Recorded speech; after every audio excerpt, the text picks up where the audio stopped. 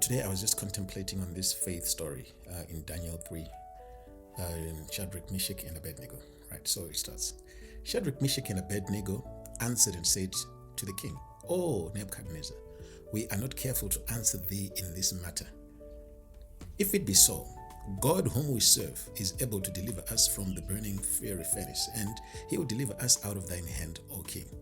But if not, be it known unto thee, O king, that we will not serve thy gods, nor worship the golden image which thou hast set up." Then was Nebuchadnezzar full of fury, and the form of his visage was changed against Shadrach, Meshach, and Abednego. Therefore he spake and commanded that they should heat the furnace 17 times more than it was wont to be heated. And then he commanded the most mighty men that were in his army to bind Shadrach, Meshach, and Abednego and cast them into the burning fiery furnace. Now, as I was thinking about this scripture, I was just thinking about how these men were able to stand their faith, continuously trusting God in the midst of such a very, very tricky situation. Now I was thinking, how many times does God sort of puts us or allows us to be in such dire situations, and our faith is tested in that way? And when even you are believing God for something, then it seems like the heat is turned up. You are trusting, believing God for a breakthrough, but then the breakthrough will not come. What actually comes is a notch higher of the problem that you are facing. What do you do? These three gentlemen, Shadrach, Meshach, and Abednego, they were able to stand their faith, and they said, "We will not serve your God, O King Nebuchadnezzar."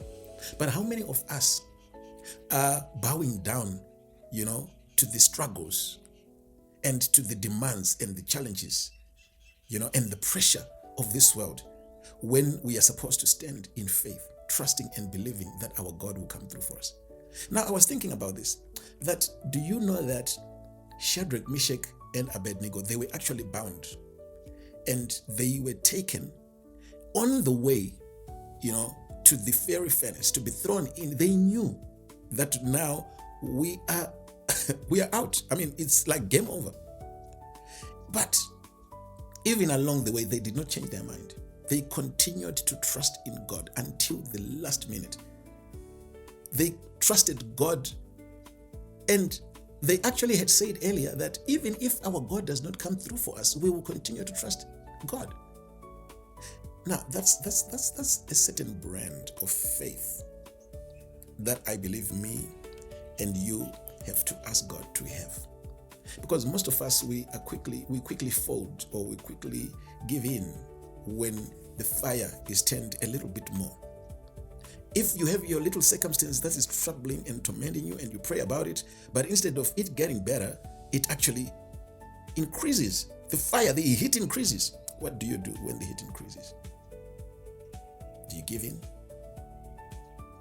Because imagine, this story would not have been written, would not have made it into history if these gentlemen had just said, "You know what, it's fine, we will worship your golden image."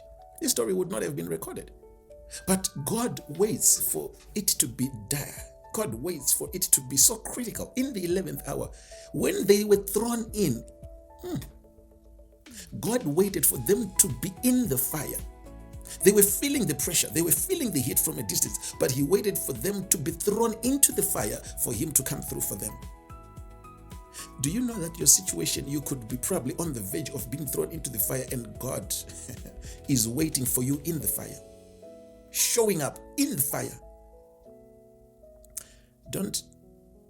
I am encouraging you not to give up on God, because he's right there in the fire, and he wants to shine with your situation. He wants to show you, not only you and others around you, that only him is God. Be encouraged today. God bless you. Stay strong.